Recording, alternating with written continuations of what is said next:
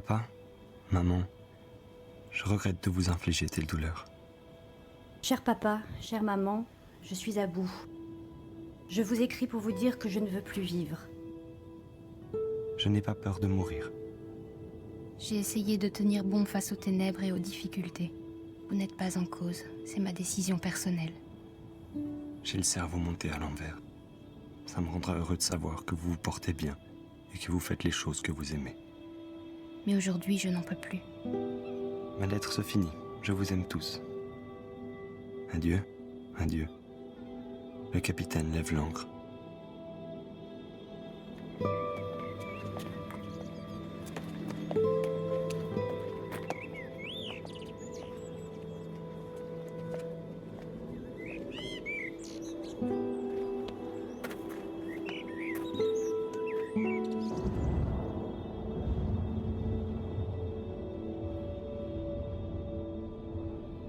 Au printemps 2005, j'ai filmé au centre Abadi du CHU de Bordeaux des adolescents qui ont fait des tentatives de suicide. Je suis restée en contact avec eux et 6 ans plus tard, j'ai envie de leur donner à nouveau la parole. 3 d'entre eux ne veulent plus parler de cet épisode douloureux de leur vie. Ils ont tourné la page. Mais Maëva, Axel et Charles souhaitent témoigner. Et puis, il y a Julia, qui se confie à ses carnets depuis l'enfance. Ces notes ont inspiré le fil de ce récit. «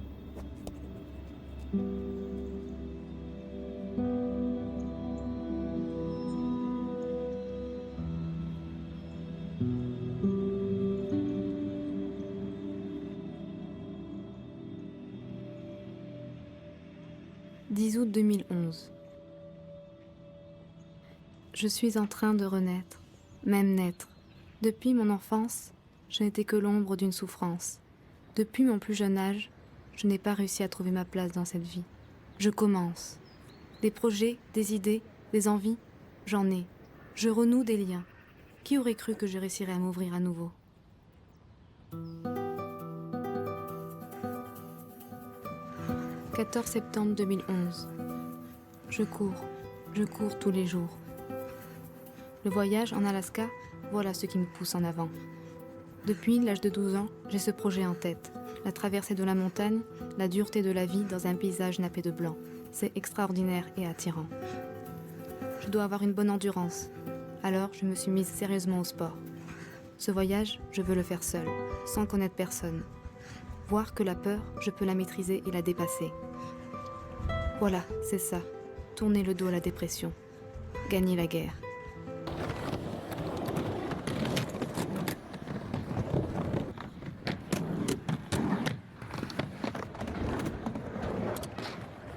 Axel est une amie précieuse. Elle travaille dans un restaurant mexicain. Moi, je suis étudiante en psycho. J'aime l'humain, son contact et sa complexité. On a toutes les deux 23 ans. On s'est connus parce qu'on a fait les mêmes conneries. On s'est retrouvés dans le même hôpital.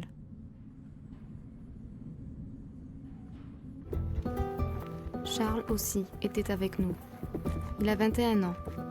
Il est étudiant en commerce et en couple avec Capucine. Je les envie. Et voilà Maëva. Elle aussi, je l'ai connue là-bas. Elle s'en sort bien. Avec son amie, elle a déjà fondé une famille.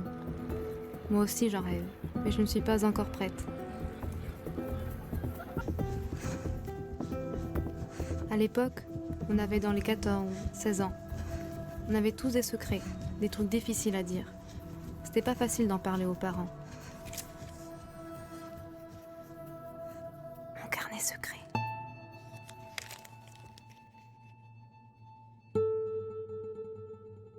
J'ai fêté mon anniversaire.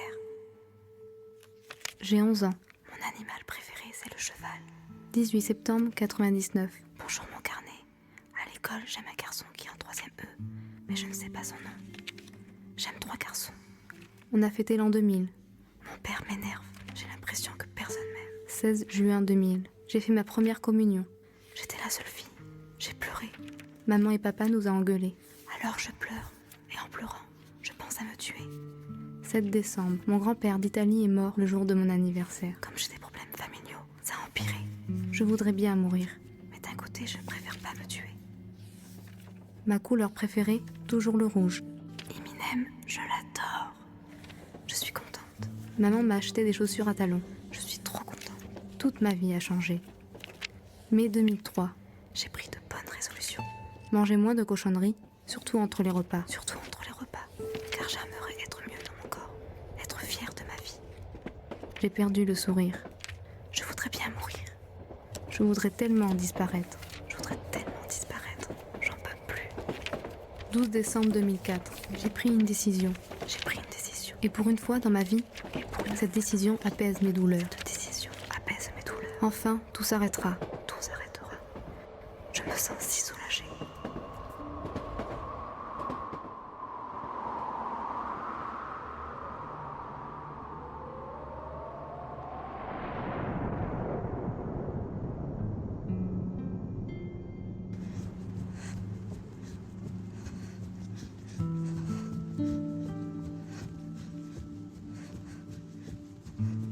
Mais déjà, j'étais très timide, donc j'avais du mal à nouer des liens avec les autres. Et j'étais beaucoup avec ma grande sœur, en fait, qui a 1 an de plus que moi. On était vraiment très fusionnelles, toutes les deux, même un peu trop, en fait. Mon père m'a beaucoup couvé quand j'étais petite. C'est vrai que j'ai toujours été, dès qu'il y avait je devais affronter un obstacle, ben en fait, mon père a toujours été présent, donc du coup, j'ai jamais affronté ça toute seule, en fait. Et du coup, j'étais vraiment pas habituée à être seule en face du monde, en fait. Donc du coup, ouais, j'arrivais vraiment à rien affronter, déjà dès petite, en fait. Ouais, j'essayais de trouver ma place, j'étais vraiment perdue, j'avais besoin de soutien, en dehors de ma famille en fait aussi, parce que j'étais tellement avec ma famille que du coup à l'extérieur j'avais besoin de trouver un groupe à moi et j'y arrivais pas en fait. Donc du coup on me rejetait et moi c'était vraiment très dur à partir de ce moment-là en fait. Ouais, donc du coup le fait de la méchanceté des autres, moi ça m'avait vraiment, c'est là où j'ai commencé après, c'est à partir de ce moment-là où je me suis scarifiée. Ouais, je me suis vraiment sentie seule. Puis aussi, en plus de l'échec scolaire, ça n'a vraiment pas facilité les choses. Et voilà.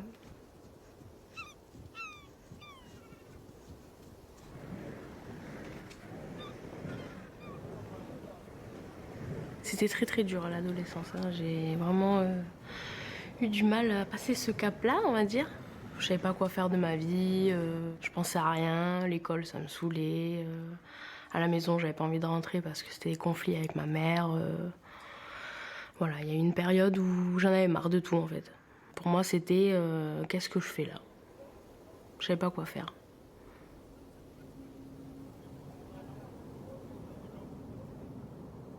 J'ai eu beaucoup de mal avec mon poids, le regard des autres, les moqueries.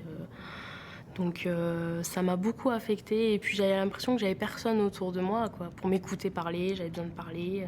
Ma mère travaillait tout le temps, je voulais pas l'inquiéter, je voulais pas lui prendre la tête avec mes problèmes. Donc c'est vrai que penser à la mort, j'ai commencé à penser à des choses noires, à tout le temps rester enfermée dans ma chambre, à écouter des musiques bizarres.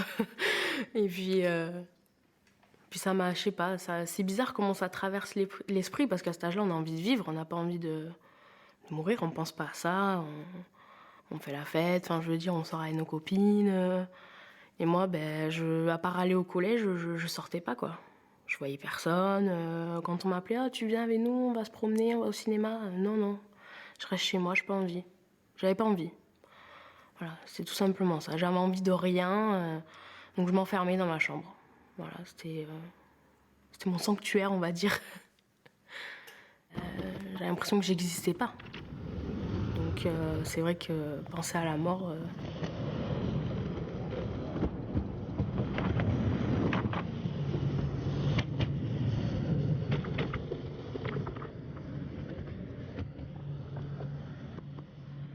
« 1er septembre 2004.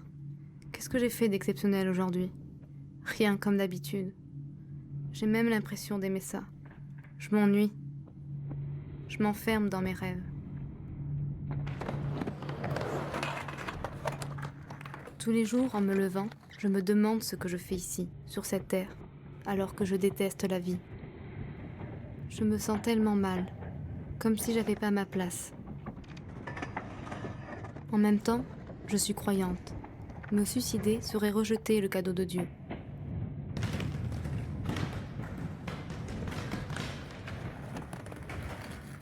je serai damnée dans le vide à repenser sans cesse au mal qui me ronge. Dans ce cas, je préfère pas mourir. On a l'impression que la mort, c'est le seul moyen où on peut être un peu soulagé de tout ça, en fait.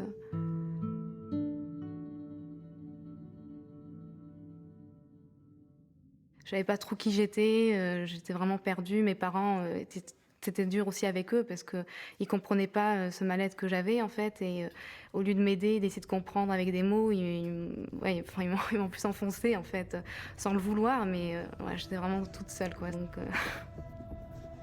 la mort permettra de plus souffrir.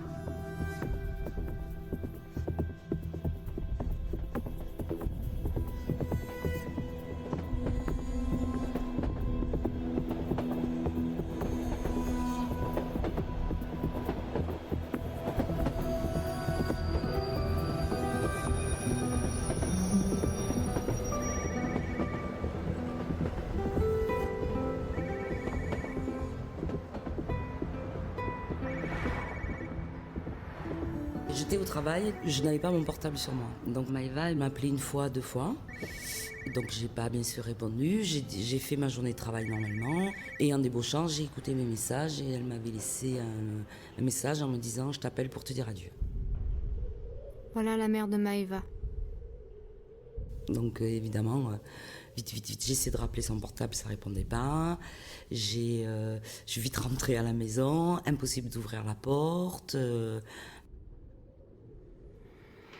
Ce jour-là, je me rappelle comme si c'était hier, on va dire. Ce jour-là, le matin, je suis partie au collège comme tous les jours. Et là, je me suis disputée avec une de mes meilleures amies et je crois que ça a tout déclenché en fait. Parce que c'était elle un petit peu qui me rassurait, qui était là pour moi, quoi. Enfin, elle voyait que j'allais pas bien. Allez, ça va aller, t'inquiète pas, je suis là, si ça va pas, tu peux me parler. Bon, je lui parlais pas plus que ça. Et ce jour-là, le fait que je me suis disputée avec elle le matin, donc déjà, ça m'a saoulée, quoi. Je me suis dit, non, faut pas que je m'embrouille avec elle, quoi. C'est mon amie, je peux pas. Pour une histoire bête, en plus, je me rappelle même plus. C'est pour moi une histoire débile, quoi. Donc après, je suis allée en classe. En plus, on était dans la même classe, on était tout le temps à côté. Donc c'est vrai que c'était un petit peu compliqué. Et là, un prof qui me dit « Oui, ton travail, ça va pas, tu fais rien. En classe, t'écoutes pas, t'es ailleurs, on te parle... Enfin voilà, pareil, à me dire « Ça va pas du tout, qu'est-ce qui t'arrive ?» Enfin voilà, me descendre plus bas que terre parce que c'était ça, quoi. Hein. T'es ne moins que rien, t'y arriveras jamais dans ta vie, c'était comme ça. Et là, le midi, je suis sortie du collège, je suis rentrée chez moi et je me suis assise par terre et j'ai pleuré. Je me suis dit, mais c'est pas possible. Qu'est-ce que je fais là? J'ai rien qui me retient. Rien du tout. Donc pourquoi j'insiste? Pourquoi j'essaie d'aller mieux? Pourquoi je fais semblant d'aller mieux alors que ça sert à rien? Et là, je suis partie dans la salle de bain et j'ai vu une boîte de médicaments. Quand j'ai réceptionné son message qu'elle avait laissé sur mon téléphone, eh bien moi j'ai pensé qu'elle avait fugué. Donc je me suis précipitée chez moi, persuadée de ne pas la trouver à la maison, de trouver la maison vide. Et donc je suis rentrée, j'ai appelé et ça répondait pas. Et je suis arrivée dans le salon, elle était étendue. Voilà. Avec plein de boîtes de médicaments autour d'elle vides.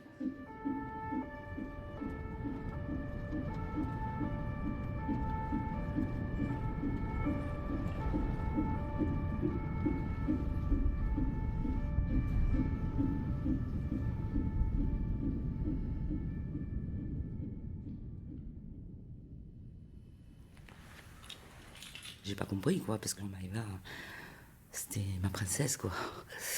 Fallait pas la bousculer, fallait pas... J'ai pas compris. Donc c'est vrai que je lui ai dit... je suis restée 2 ou 3 jours sans aller la voir là où elle était. Parce que je pouvais pas. Il fallait que... Voilà. Et quand on s'est revus, je lui ai dit, il faut absolument que... Tu m'expliques, quoi. Tu m'expliques, parce que là, voilà, je comprends pas et il faut que je comprenne, quoi.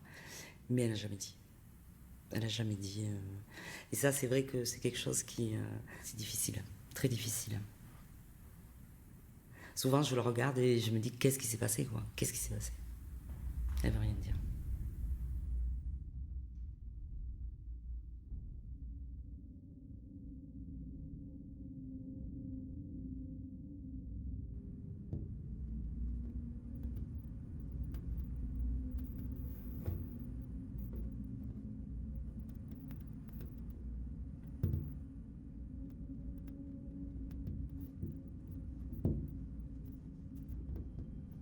2 juillet 2004. Je me renferme de plus en plus, même sans m'en rendre compte. Avant, je parlais. Du moins, j'essayais de parler de mes problèmes, à mes parents ou à ma grande sœur. Mais voyant leur incompréhension et leur énervement, j'ai préféré me taire. Et avec l'habitude de garder tout à l'intérieur, je n'ai plus rien dit. Alors j'écrivais. C'est ça, je prenais une feuille, j'écrivais tout ce qui me passait par la tête et puis ça allait un petit peu mieux parce que je me défoulais un peu. Et après, je me défoulais sur mes bras, quoi. C'était ça, je me punissais en fait. Voilà. Et dès que je faisais ça, c'était comme une drogue, quoi. Fallait que je le fasse. Pour me défouler, fallait que je me coupe, fallait que... Et après, je regrettais parce que je me dis, je me détruis, c'est pas possible de faire ça, quoi.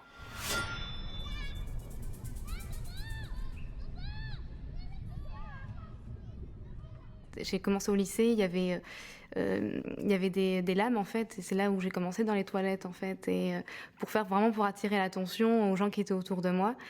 Et donc du coup l'infirmière, une fois l'a vu, parce que ça avait vraiment signé, ça s'arrêtait pas, et du coup l'infirmière a dit non mais ça c'est pas... Enfin moi j'ai dit que c'était un chat, parce que j'avais pas trop quoi dire.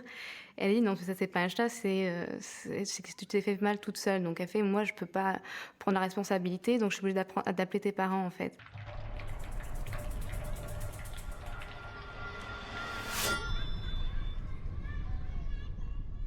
Ils m'ont vraiment engueulée par rapport à ça.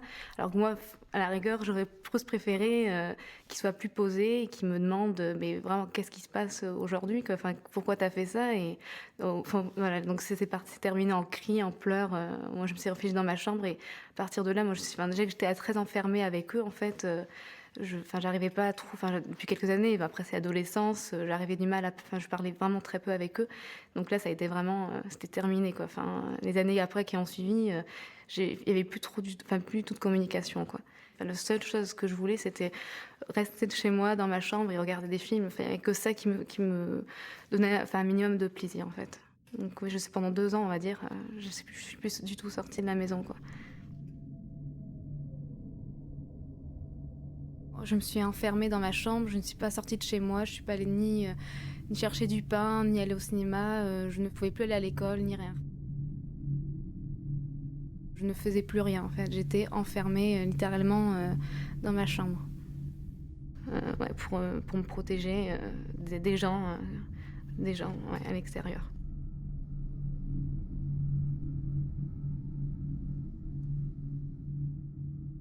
« 19 mars 2005.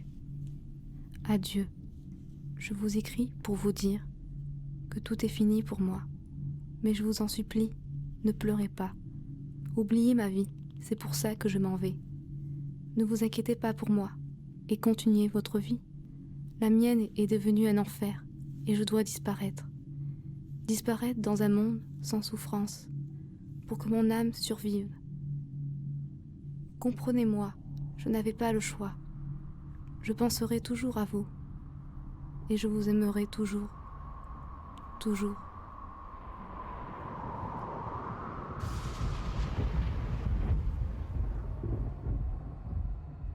En bref, aucune explication après le suicide d'un adolescent de 14 ans près de Bergerac. Un rassemblement à la mémoire des 2 adolescentes qui se sont suicidées vendredi à Ivry-sur-Seine s'est tenu aujourd'hui sur le lieu du drame. Le drame d'Ajaccio, la défenestration de 2 adolescentes jeudi soir. La veille, il avait annoncé son geste sur le site internet du réseau social Facebook. Chaque année en France, 40 000 jeunes font des tentatives de suicide. Des chiffres que l'on aborde toujours avec malaise, ce d'autant plus... La mortalité est plus importante chez les garçons qui choisissent souvent un mode opératoire plus radical. La scarification peut être un acte précurseur d'une tentative de suicide. 11% de jeunes filles et presque 7% de garçons reconnaissent s'être fait mal volontairement au cours des 12 derniers mois.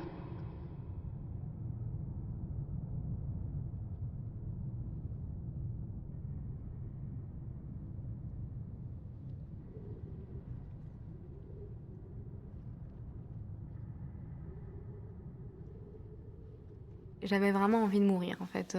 Quand on veut vraiment mourir, c'est vraiment parce que on n'arrive plus à surmonter les peurs, le regard des autres, de vivre en fait au quotidien est tellement insupportable qu'on a l'impression que la mort c'est le seul moyen où on peut être un peu soulagé de tout ça, en fait. quand je suis rentrée à l'hôpital, c'était vraiment l'incompréhension. Même mon père me disait tu vas à l'hôpital, comme ça tu vas plus en cours, donc ça t'arrange quelque part, quoi. Donc, alors que moi, c'était pas du tout ça. Donc, je ne sortais plus de la maison, quoi.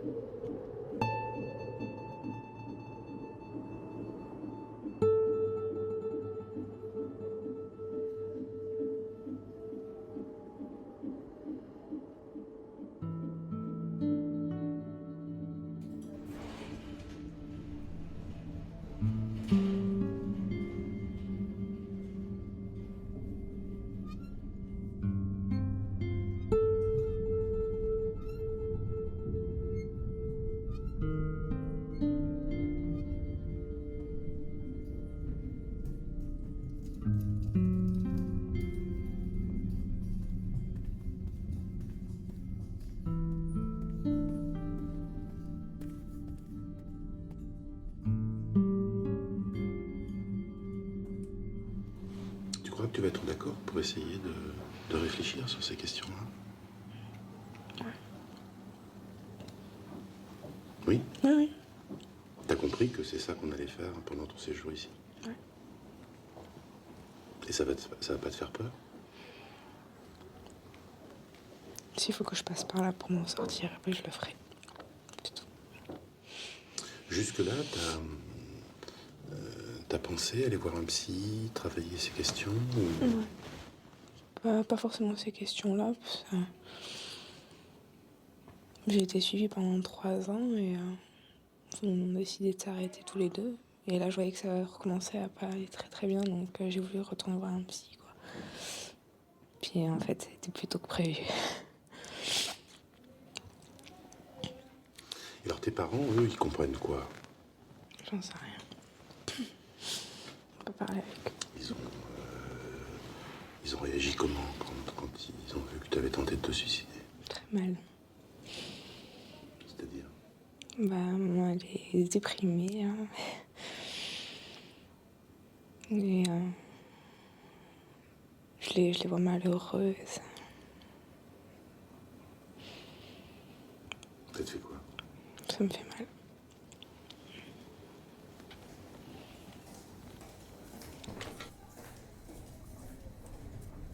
« 6 avril 2004.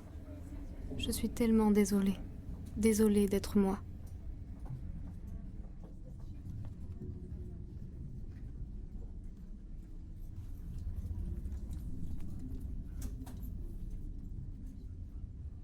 25 mars 2005. Je suis prisonnière de ma vie. Je me sens tellement terrifiée. Je me suis mise à boire pour me sentir mieux. On peut me comparer à une merde. Je me dégoûte et les autres, je dois les dégoûter. De toute façon, je suis la fille qui rate tout. Parfois, j'ai envie de crier pour qu'on me comprenne réellement, pour qu'on voie la vraie personne qui est en moi. Ici, à l'hôpital, je me sens comme dans une bulle, déconnectée de l'extérieur. Je ne suis pas seule ici. On est au moins 15. 15 qui ont voulu se foutre en l'air.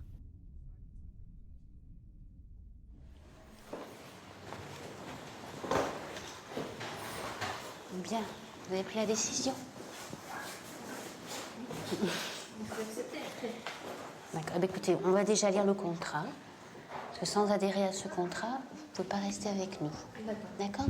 C'est pour ça je vais le reprendre avec vous. On va l'expliquer, hein? D'accord? Donc on est une unité ouverte qui ferme simplement le soir à partir de 20h jusqu'au lendemain 8h, où on accueille des jeunes entre 14 et 25 ans. C'est une unité qui gère les états de crise, les états d'urgence, d'accord? C'est pour ça que le séjour n'excède pas 15 jours à 1 mois. D'accord. Donc il y a quand même, donc ce service est quand même, s'appuie sur ce règlement que vous devez respecter pour pouvoir rester hospitalisé chez nous. D'accord?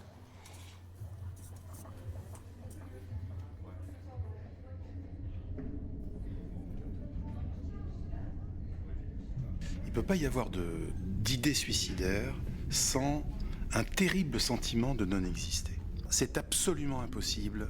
Aucun humain ne peut résister à cette infernale équation-là, ne pas exister. Alors on peut non exister pour différentes raisons, parce qu'on se sent attaqué, bafoué, nié, contesté dans ce qu'on est, dans ses origines, dans la place qu'on a dans la société, dans la place qu'on a dans sa famille. Ça peut être aussi à tort ou à raison, mais en tout cas, le sujet qui souffre du sentiment de non-exister n'a qu'une envie, c'est faire arrêter tout ça. Et donc leur premier objectif, ce qui va guider leur envie suicidaire, c'est de faire cesser leur tourment de la manière la plus efficace possible.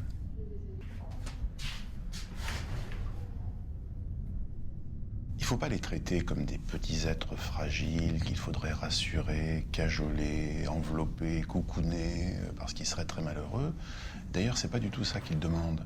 Eux, ils veulent qu'on les voie, ils veulent qu'on les reconnaisse, ils veulent qu'on ait le sentiment qu'ils souffrent. C'est ça qu'ils montrent. Et ils le montrent de toutes les manières possibles. On pourrait presque dire qu'ils affichent leur souffrance. Non, Julien, juste les autres. Et toi, tu te scarifies aussi, non? Enfin, moi, je m'aime pas, quoi. Donc, d'un côté, je me fais ça, ouais, parce que je m'aime pas et je sais pas, quoi. C'est comme une drogue, quoi, en fait. Hein. Enfin, moi, j'avais trop de mal, quoi, à m'arrêter pour n'importe quoi. Même je m'engueulais avec ma mère ou même les cours, ça allait pas. Le moindre truc, quoi, je me le faisais, quoi. Mais ouais, la moindre contrariété, c'est clair. Ouais, voilà, en fait, c'est clair. Puis en plus, quand tes parents t'engueulent pour n'importe quoi, ben là, c'est encore pire, quoi. Ça date il y a un peu plus d'une semaine, quoi. Mais elles sont refermées parce que quand elles sont ouvertes, elles sont toutes rouges, elles saignent, quoi. Et donc pour dire leur souffrance, pour l'exprimer, pour aussi la faire sortir, évidemment la peau s'offre comme une surface à graver qui va ensuite conserver les cicatrices et donc la signature de leur propre rédemption en quelque sorte. Ils inscrivent sur eux des blessures indicibles qui sont en réalité des blessures intérieures.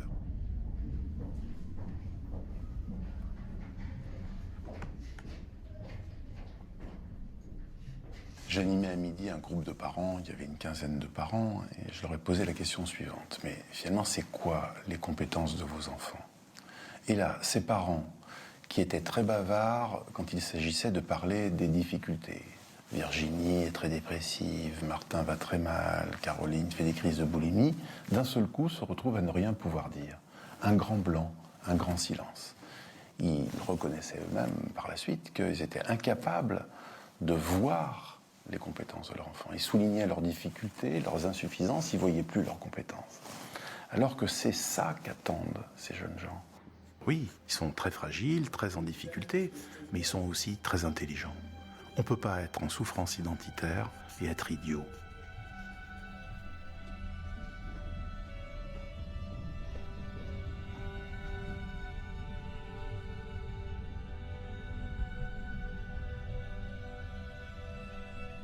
Voilà Charles caché sous son bonnet.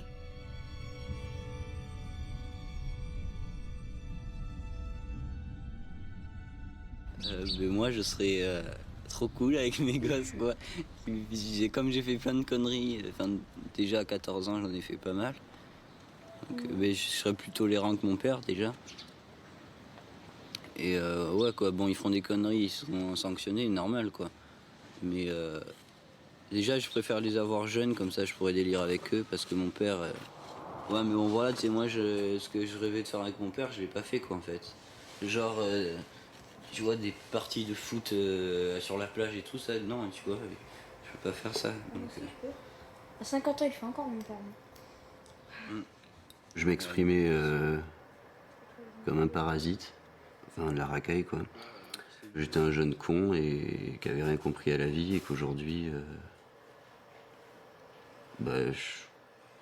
j'accepte ce que j'ai été, mais si je vais,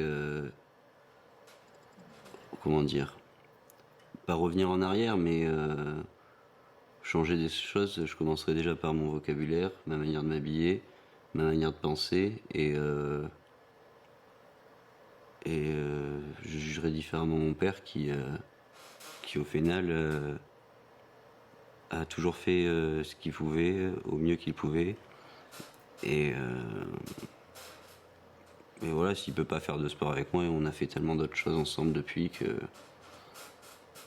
Ça n'a plus aucune importance. Et ça n'en avait pas à l'époque, sauf que j'avais mon champ de vision très restreint.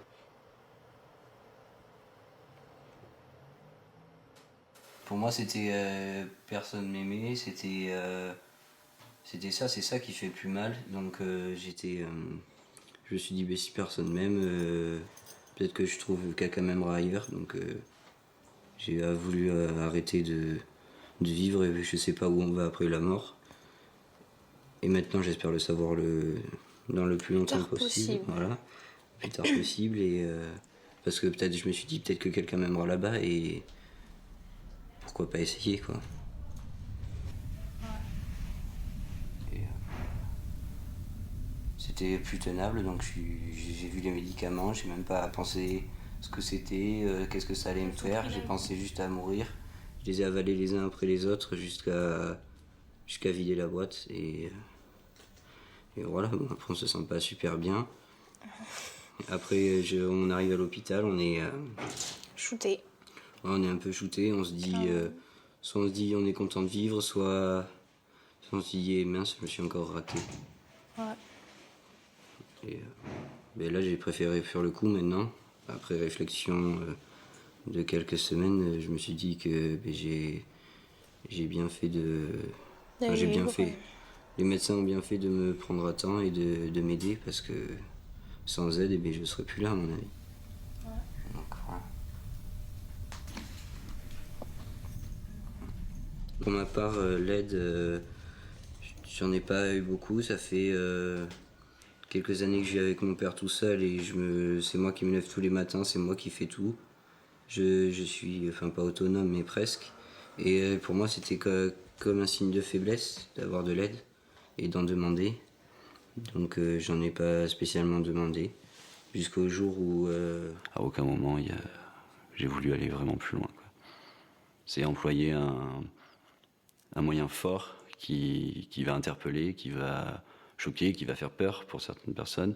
Ça a été certainement très égoïste de ma part, mais c'est à l'époque, avec mon jeune âge, le seul moyen que j'avais trouvé pour vraiment faire comprendre que il fallait me prêter un peu plus d'attention. L'adolescent suicidaire veut cesser de souffrir. Il veut cesser de non exister. Pour ça, il cherche à faire cesser ses tourments, y compris à jamais, en se débarrassant de son corps. Mais ce qu'il ne sait pas, c'est qu'il ne veut pas seulement faire cesser ses tourments. Il veut exister autrement. Et c'est ça qui est terrible. C'est le paradoxe du suicide à l'adolescence.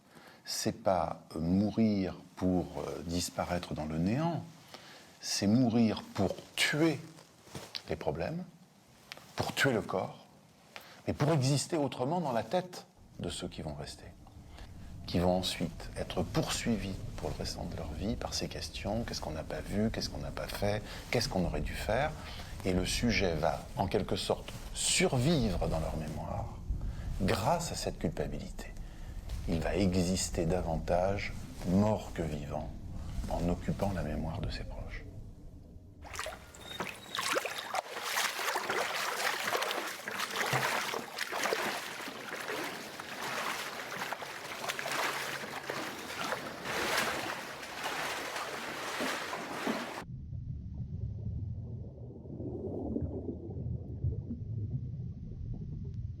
Mes parents divorcés quand j'avais 4 ans, 4 ans et demi.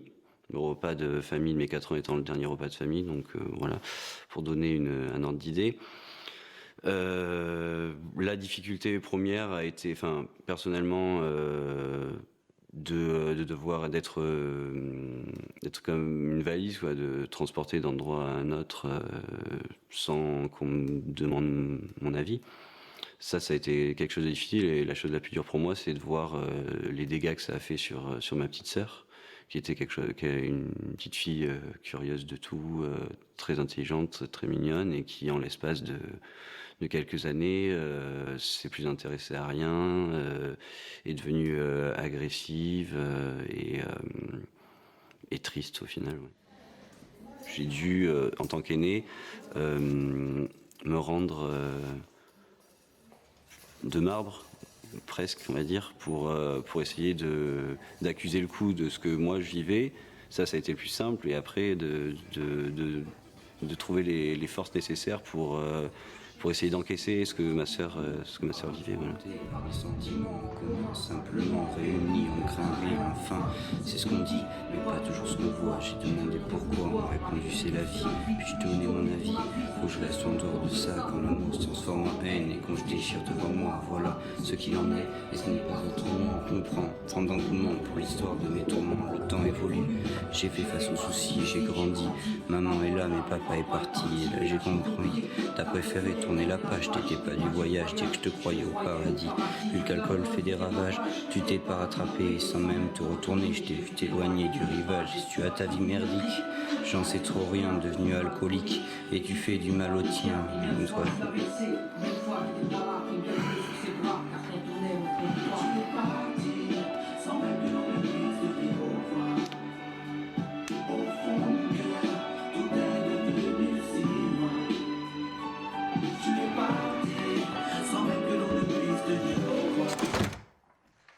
Je suis parti au bout d'un moment chez ma mère, à 12 ans, j'ai fait ma valise, je suis parti, j'ai appelé mon père, je lui ai dit où j'arrive, j'avais fait ma valise et je suis arrivé avec ma valise qui faisait 4 fois mon poids à l'époque, et voilà, je suis allé vivre chez mon père parce que j'avais beaucoup de mal à voir ma mère, à regarder ma mère en face, car le déclencheur de ce divorce c'est elle, et j'avais cette souffrance intérieure que je devais combattre et qui était plus facile à combattre chaque jour parce que je prenais le dessus.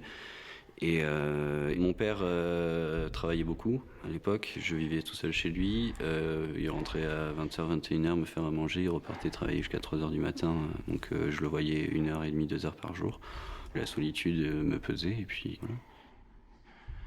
Enfin, je me définirais comme ayant un cœur de pierre. Et quand on s'approche de la sortie de mon cœur, une fois qu'on est dehors, c'est fini. Voilà. Donc ma mère a fait souffrir mon père, m'a fait souffrir, a fait souffrir ma sœur. Je peux pas aimer quelqu'un qui fait souffrir mon sang au final. Parce que, voilà. Donc non, c'est fini, trop tard. La boucle est bouclée, le vase est cassé, il est irréparable. Voilà. Enfin, en gros, on peut mettre beaucoup d'images sur ce genre de situation, mais c'est comme ça. Voilà.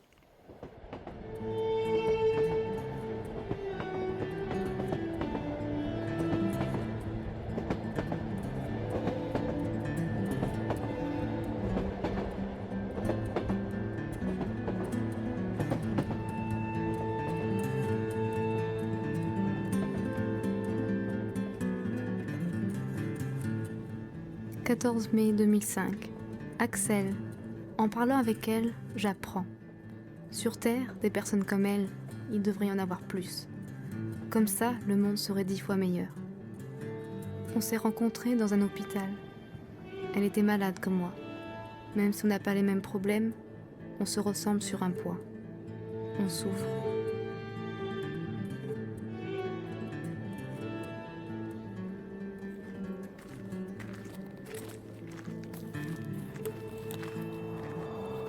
C'est plus une accumulation de plein de choses. Un ras-le-bol. Ouais. Général. Un ras-le-bol qui. Enfin, à force de trop penser, de trop réfléchir à nos problèmes, et ben, il arrive un moment où on se demande encore pourquoi on est encore là, quoi. Moi, c'était un peu comme elle aussi. Ouais. Tout noir, plus personne. Quand j'étais ado, j'étais très décalée un peu. J'avais un look hyper gothique, hyper dark. J'étais...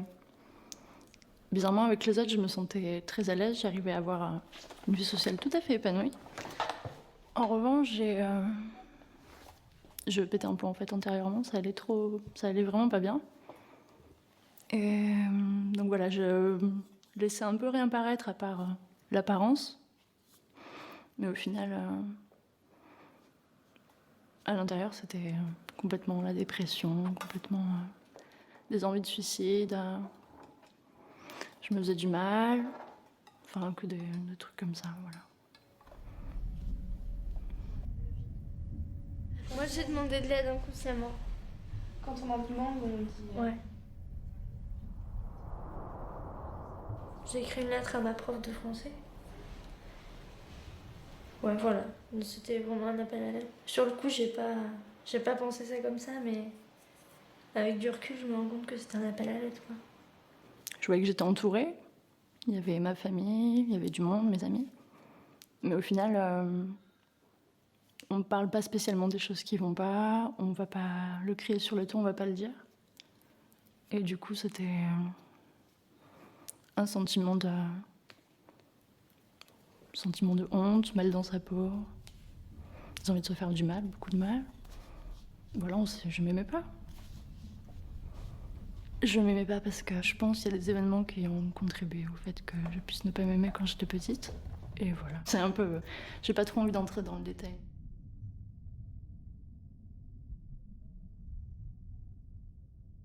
Mon papa qui était un peu excessif dans sa façon d'être. Il était alcoolique, il buvait, il fumait, il prenait de la cam. Et du coup, ça a créé un espèce de sentiment d'insécurité à chaque fois que j'allais chez mon père. Voilà. J'ai vécu des moments où, en gros, je voyais... J'ai déjà vu mon père tenter de poignarder quelqu'un sous mes yeux, alors que je devais avoir... Enfin, d'après ce que je me rappelle, c'était peut-être 6 ans, quoi. Entre 6 et 8 ans. Bon, au final, voilà, c'était plein d'événements qui faisaient que... Je pense que c'est limite normal que j'en sois arrivée là où j'en étais arrivée, quoi. Des événements qui favorisaient pas mon épanouissement en tant qu'adolescente.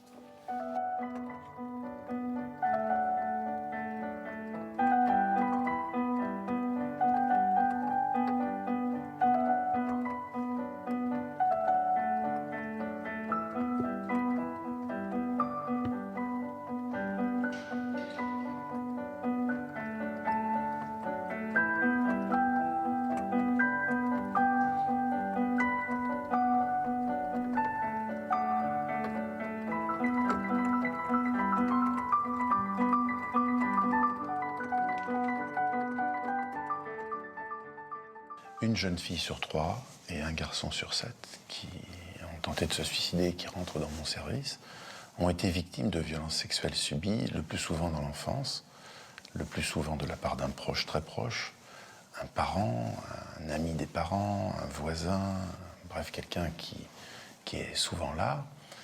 Et sur le coup, les enfants ne vont pas trop en parler, le plus souvent par honte, par culpabilité, ils vont le taire. Et ça va rester comme une sorte de bombe à retardement. Et au moment de la puberté, au moment de l'adolescence, le corps qui est en train de chauffer par la puberté va devenir intensément brûlant à cause de ses antécédents. Ça va devenir absolument insupportable. Les jeunes disent à ce moment-là qu'ils ne peuvent plus faire avec leur passé. Et donc ils ne vont avoir qu'une idée, c'est se défaire, se débarrasser de ce corps encombrant, de ce corps gênant, de ce corps sali par ses antécédents. Oui, j'ai fait des TS. J'avais 17 ans, c'était juste avant ma première hospitalisation à Abadie. Et je me suis ouvert les veines, en fait. J'étais partie pour me scarifier. Et au final, j'ai dit, allez, soyons fous, allons jusqu'au bout. Et là, j'étais en plein cours. Et j'étais en train de pleurer. Je pleurais souvent en cours, en fait. Et je suis sortie, j'ai demandé à ma prof de sortir de la classe. Donc je suis sortie. Et je sais pas trop, elle n'a jamais demandé à ce qu'on m'accompagne à la base. Donc je m'attendais pas à ce qu'il y ait quelqu'un qui me suive, du coup. Et je pense que ça devait se voir dans mon comportement, que j'avais complètement déconnecté le cerveau. Et donc je suis sortie de la classe pour aller en trompe dans les toilettes. Et donc voilà, j'ai fait ce que j'avais à faire, mais au final, il y a eu une de mes camarades de classe qui est arrivée dans les toilettes. Et elle a vu du sang dégouliner de la porte.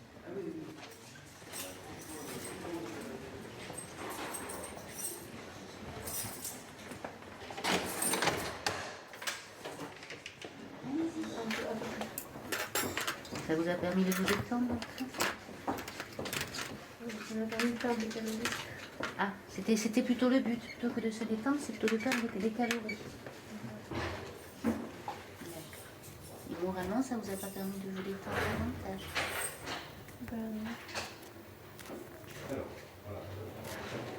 va là, c'est bon? Non, c'est pas encore chaud. Respirez calmement. Desserrez le poing. Vous savez quand est-ce que je serai le résultat? Il est parti ce matin, je crois, votre bilan. Là, on va être le week-end. Attendez, au moins jusqu'à lundi. Hein? D'accord? Ouais.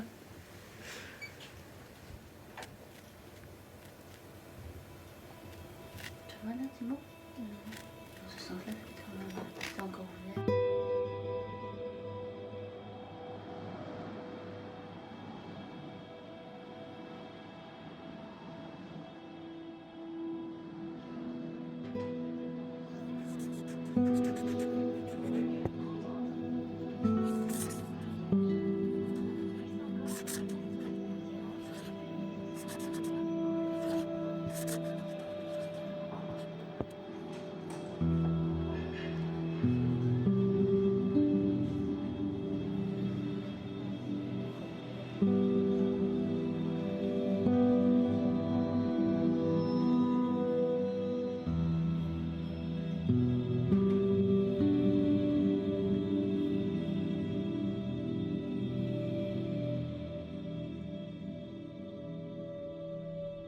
« 20 juin 2003.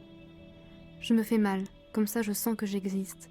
Je ne suis plus invisible. » Je voyais en fait que personne comprenait, même à l'école, tout le monde disait mais ça c'est, tu le fais exprès, c'est juste pour attirer l'attention, en fait t'es vraiment pas, enfin, tu souffres pas quoi, enfin, c'est n'importe quoi. Donc du coup je continuais, après c'était aussi pour pour me venger un peu de moi-même. Au bout d'un moment je me dégoûtais tellement en fait que du coup c'était aussi pour soulager en fait ce que j'avais à l'intérieur aussi vis-à-vis de moi et des autres en fait. Donc voilà.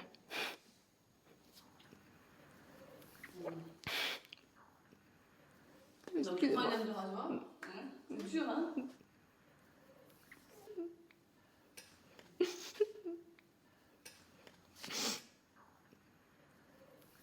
On va attendre que ça passe. D'accord. Mais ça te fait mal encore aujourd'hui là? Oui, parce qu'en fait c'est la première fois que j'en reparle vraiment en fait. C'est vrai que même si moi je vais mieux en fait, c'est vrai que j'en ai jamais reparlé. Si je vais mieux, c'est vraiment qu'à moi-même en fait. Donc du coup, c'est vrai que je n'ai jamais reparlé à un psychologue ou rien du moment où j'allais mal et du moment d'aujourd'hui où je vais mieux en fait.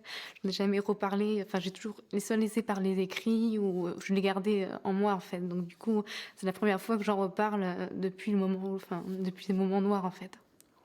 Donc voilà. Ça fait remonter les émotions. Oui.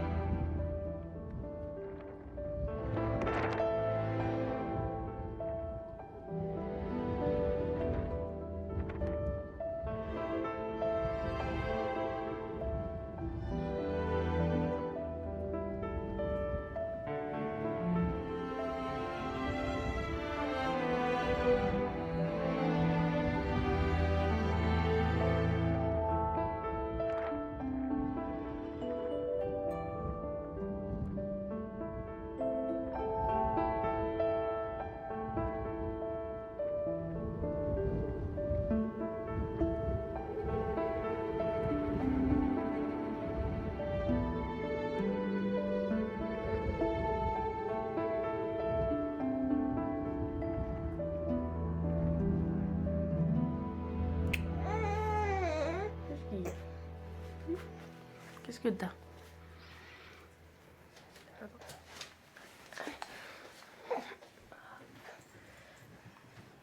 Voilà. On va te mettre la musique avec tes copains. Hein?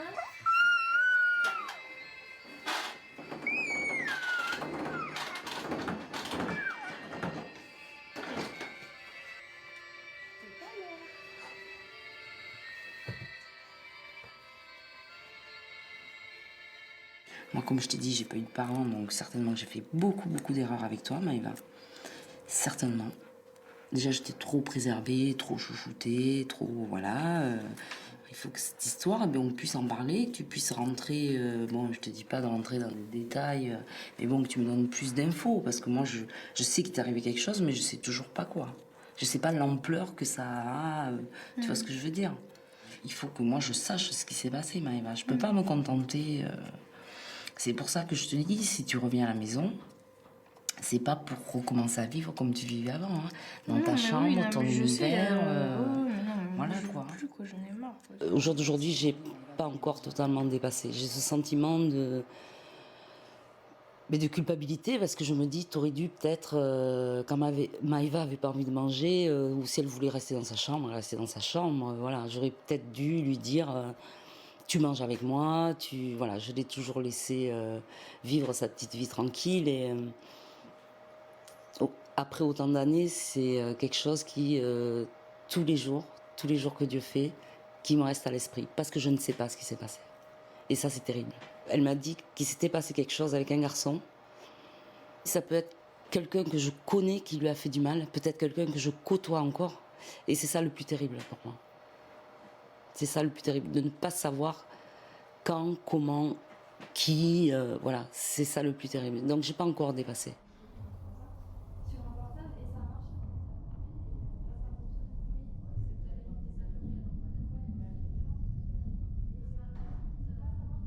Moi, je leur ai dit clairement, je parlerai pas. J'ai dit, moi, vous pouvez me garder autant de temps que vous voulez, je ne parlerai pas, je dirai rien. Vous pouvez me torturer ou je sais pas, mais je parlerai pas. Et c'est un jour, j'ai vu mon psy, donc... et là, il m'a regardée et il m'a dit, je sais ce que tu ressens, tu te sens sale au fond de toi, tu crois que c'est de ta faute. Lui, il a compris tout de suite. Il a compris tout de suite. Et là, j'ai pleuré.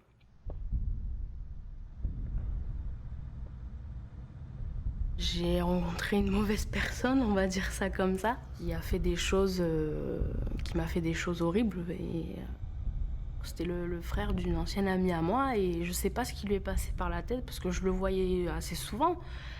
Il habitait dans l'immeuble à mon père, donc là où habite mon père, au 7e étage. Donc à chaque fois que je vais chez mon père, j'y repense un petit peu. Mais... Et un jour, je sais pas, il a cru que je lui faisais des avances, ou je sais pas.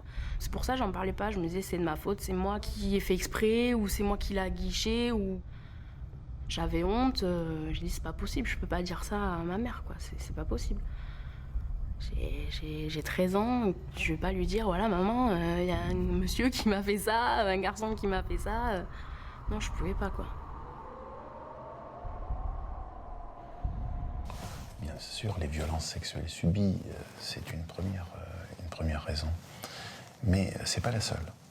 Il y a aussi, par exemple, l'idée d'avoir une orientation sexuelle différente, de ne pas pouvoir l'assumer, ou bien d'être dans un environnement extrêmement homophobe qui rend cette orientation sexuelle totalement impossible et problématique.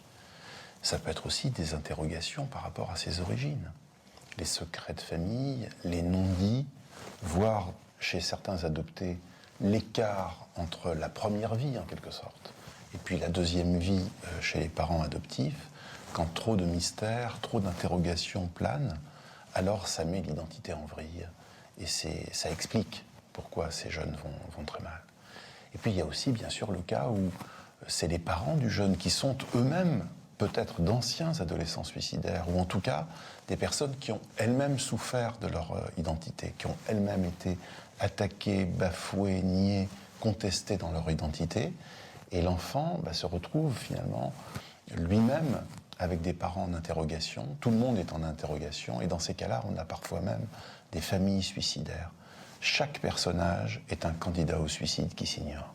Alors évidemment, je ne veux pas noircir complètement le tableau. Il y a des familles qui n'ont rien vu venir et qui elles-mêmes n'ont pas des antécédents de ce genre. Et là, qu'est-ce qui se passe ? Il se passe sans doute des malentendus, mais d'énormes malentendus sur l'identité. Ce sont des familles où, par exemple, la communication ne se passe pas bien, sur fond de déchirures, évidemment, divorce, séparation, mais pas seulement, c'est pas seulement ces faits-là. C'est le fait de ne pas pouvoir se reconnaître mutuellement, de souffrir chacun dans son coin, de ne pas être capable à un moment donné de se dire, bon, on n'a qu'à parler, on n'a qu'à se parler pour essayer de se comprendre. Des familles où le silence de plomb, la gêne, la honte, empêchent les uns et les autres de communiquer. Et ça peut faire souffrir en silence. «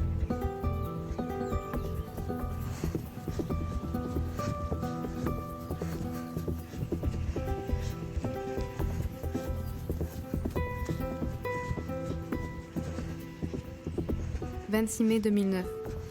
Avant ma grande dépression, j'étais quand même quelqu'un qui avait envie de s'exprimer. Mais depuis, j'ai honte. J'ai peur que si on découvre ce que j'ai été, on me juge. Je crois même que personne ne sait vraiment qui je suis.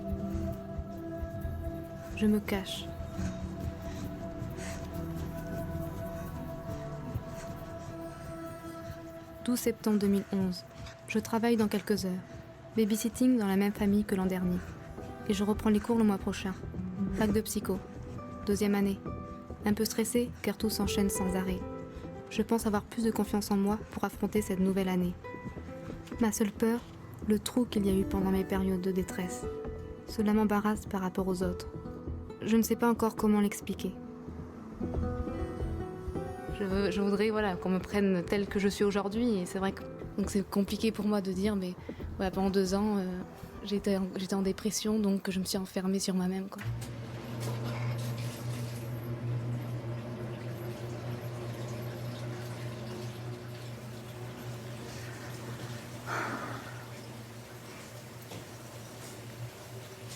En fait, toi, t'as l'impression que c'est un peu tabou quand même. La dépression, tu vois, il faut le cacher. Enfin, moi, j'ai toujours ce sentiment de devoir le cacher, quoi, tout le temps, quoi. Moi, j'ai pas le sentiment de devoir le cacher, je ressentais le besoin de le cacher, c'est pas pareil. Oui, d'accord. Ah ouais, t'es dépressive, donc t'as un peu honte juste de toi, tu vois. C'est pas spécialement honte de la dépression en général. Ouais. Et maintenant, non, je veux bien, donc j'ai plus besoin, j'ai pas besoin de le cacher, tu vois. Ouais, Si ça doit m'arriver de l'évoquer avec quelqu'un, je vais l'évoquer. D'accord. Sans problème. Ouais. C'est plus. C'est plus difficile. Ouais, d'accord.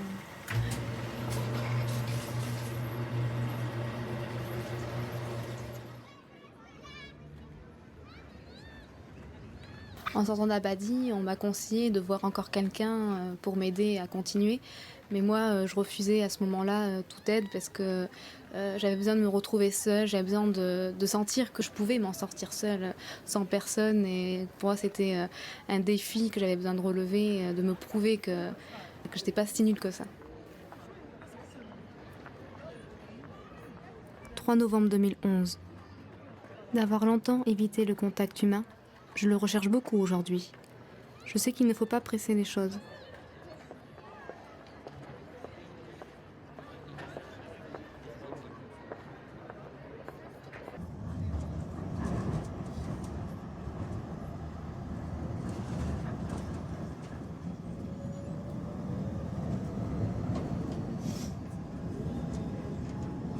Quand je suis sortie de là, ça a été un peu l'échappatoire, quoi. Je me plongeais dans les études pour oublier un petit peu ce qui m'était arrivé. Et c'est vrai que après j'ai eu une passion pour la coiffure. Et voilà, et ça m'a vraiment un petit peu aidée par rapport à ce qui s'était passé avant. Après j'ai eu mon éducatrice, donc elle m'a aidée aussi à avoir un peu plus confiance en moi, parce que j'avais ce gros problème-là en fait.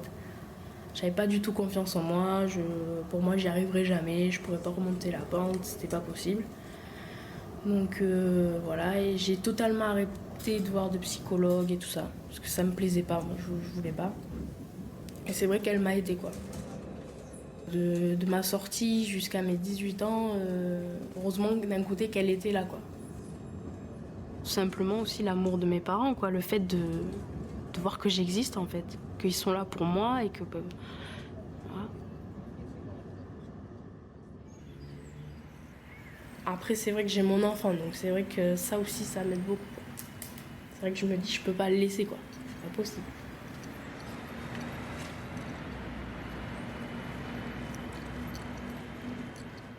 Pour aider un adolescent suicidaire, il ne suffit pas de lui dire demain il fera beau, change-toi les idées, oublie tes soucis, fais comme s'ils n'étaient pas là.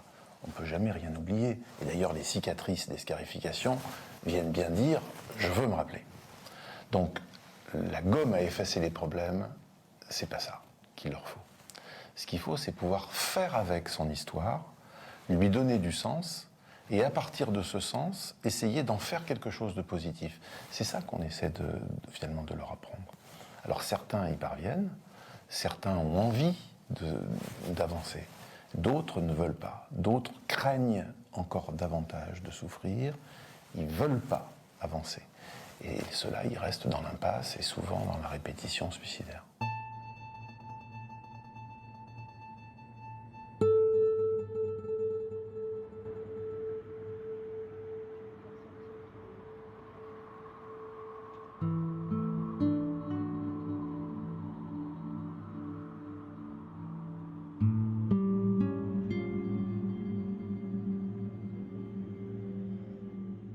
Je connais maintenant en gros la frontière, un peu la corde sensible avec ma maladie.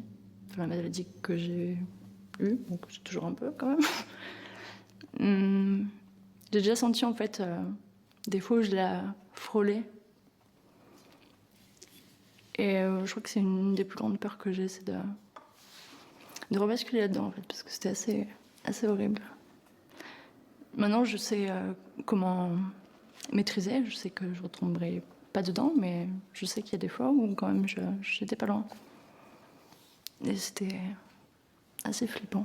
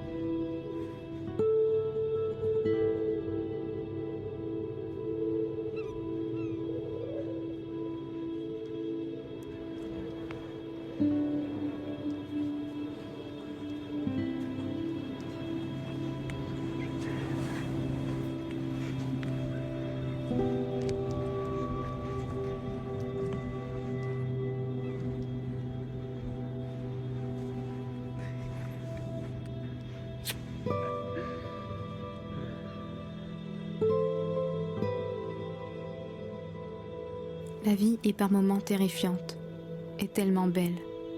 Je peux enfin dire « Je veux vivre ».